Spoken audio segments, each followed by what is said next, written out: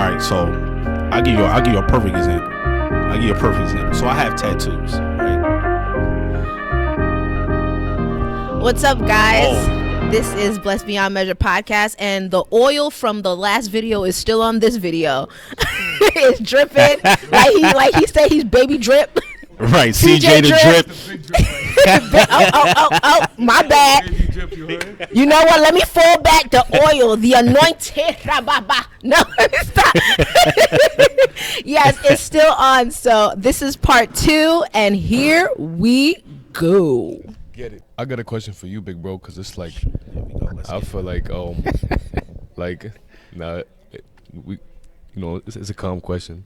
I feel like, like fatherhood, right? Right. Like you being a father, like how important is being a leader, a spiritual leader in your kid's life? What does that mean to you? Like, why is that important to you to make sure that your kids have a solid foundation? Because not all of us have that growing up, right? Right. So why is that important for you to instill that into your kids right now at a young age so they can carry with them growing up? Before I answer that question, that's not a calm question, but but I'm gonna answer the question. First and foremost, the number one reason is I didn't have a father growing up. That was the number one reason. Number two, when you start reading the word, you start noticing things that happens generational. Every single person that you read in the word, if you notice, as soon as they go left, not only does it mess with them, but it messes with their kids after their death. Right. So that's one of the things that I wanted to break. You know what I mean? You could look, it's a lot of people. You could look at Abraham, David, like it's a lot of people in the word that you could look at. As soon as something happens, it not only affects them, but it also affects their children. But another reason why I felt it was necessary for me to instill certain things in my kids, because one of the things I realized that's great about the word is that when God gives you a promise, that promise outlives you. So not only do he give you a promise, but that promise will last even after you're gone. Right. Because I remember when Solomon did what he did with the women. And I remember God literally said to him, I can't do something to you because of what I promised your father David. But your son is going to get some of that consequences that I've given you. So he gave David a promise, and he couldn't even touch his son after David died. You know what I mean? So his promises will outlive you. So then that's another thing that kept me tighter in the word. But it's the difference between reading the word and you going through it in real life situations. You know what I mean? Because my kids is getting older. They getting into high school. You know, the school system is funny. You know what I mean? So, and as you can see, the type of world we live in, certain genders, all the genders is happening.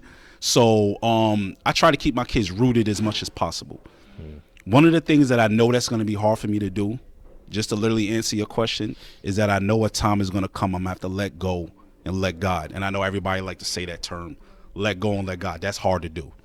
That's hard to do for me because I want to protect them as much as I can, but I know a time is going to come they're going to have to go do their own thing. Right. They got to not only do their own thing, but they got to experience life on their own. You know what I mean? And I don't want them to go through hardships. But if you want to get stronger in God, sometimes them hardships is necessary. Because even sometimes there's stuff that I'm telling them, they're not going to listen to me. You know what I mean? Oh, don't go. Oh, don't do that. Or don't do this. Or don't. They have to experience that on their own for them to realize, oh, okay, now I see what daddy meant. You know what? I got a question for you. I have a question for my sister.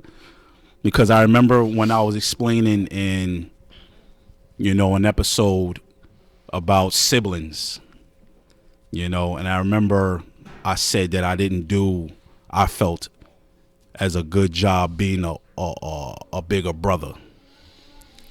Now, the reason why I'm asking this question is because if anybody's supposed to look out for a person being in the beginning of faith, I should, do my best to help her out in the process of being a young Christian. You know what I mean? So, but I feel like, it's kind of hard because at the same time, me trying to look after my sister and my younger sister, my younger brother, I got my kids.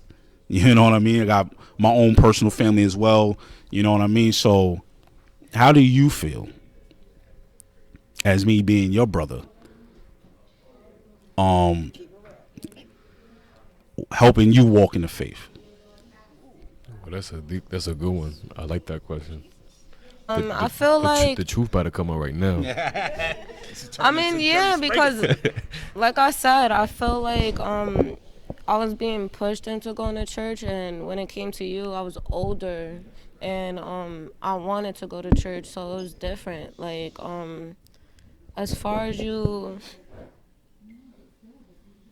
being so much involved though into church, like it did push me to do and want to be into church more, because my family wasn't going to church like they was before, which was every Sunday.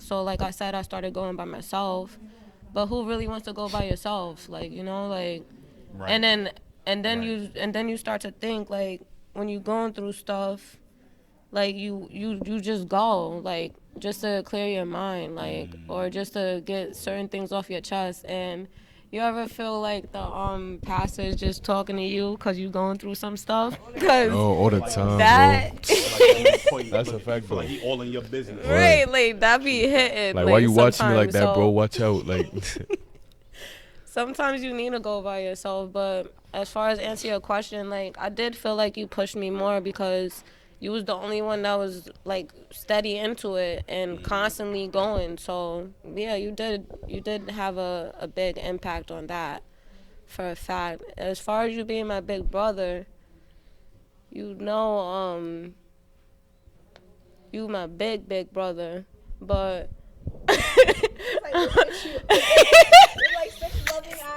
That's so cute. nah, I really do. I love him, but we had our obstacles sometimes. Right. Like we went through some stuff, but I actually did go to church for that situation. Actually, I don't really want to get into it because I feel like it's like We'll do going that off episode. We'll do that topic. episode. But I really did go to church for that, because I just didn't want to have like that bad blood with my family. Like, you know, like it just. And like as I was getting older, I'm like, nah, I can't be that same, because my attitude was sick. Like, I just didn't want to have that same like mindset anymore. Like to have that negative energy. So I think that is probably the best thing ever is when you go by yourself. Yeah. Because when you go by yourself, God is building up your own strength on how to stand on him alone. And that's one of the biggest things that I thank God for when I got saved, was him allowing me to be by myself. Because trust me when I tell you, it wasn't until 2020 that I saw how much faith I had.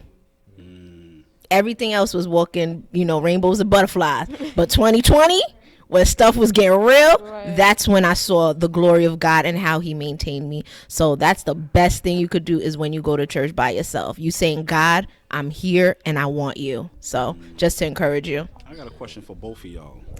talk nice. Talk nice. What advice would you give any person, not only young in the faith, Wow. but young in age, pertaining to church? It's cool to follow Jesus. It's cool to do that because, I feel like, I grew up in the 2000s, and 2010s, like that decade is when I really started to, really understand God.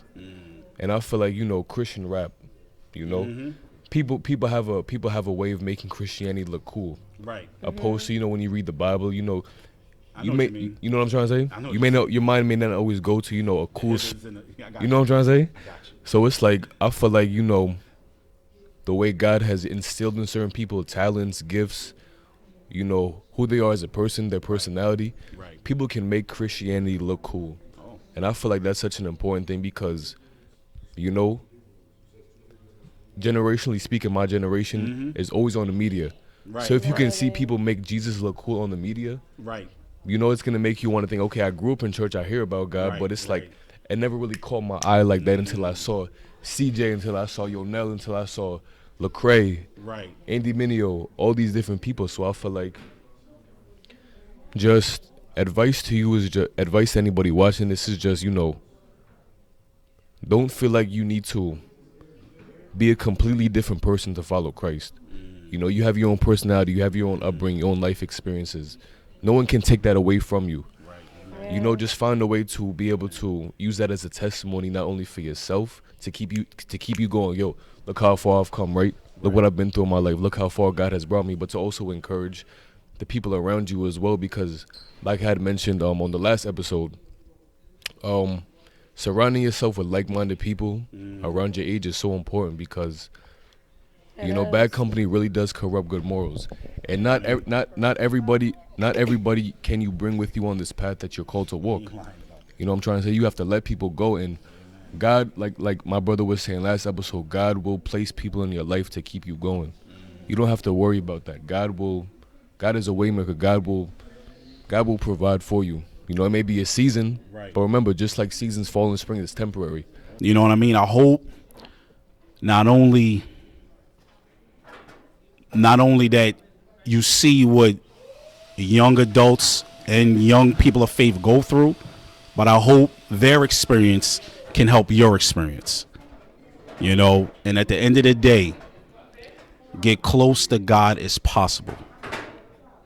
And I'd like to say, well, once again, thank you for joining us for another amazing episode of the Blessed Beyond Measure podcast.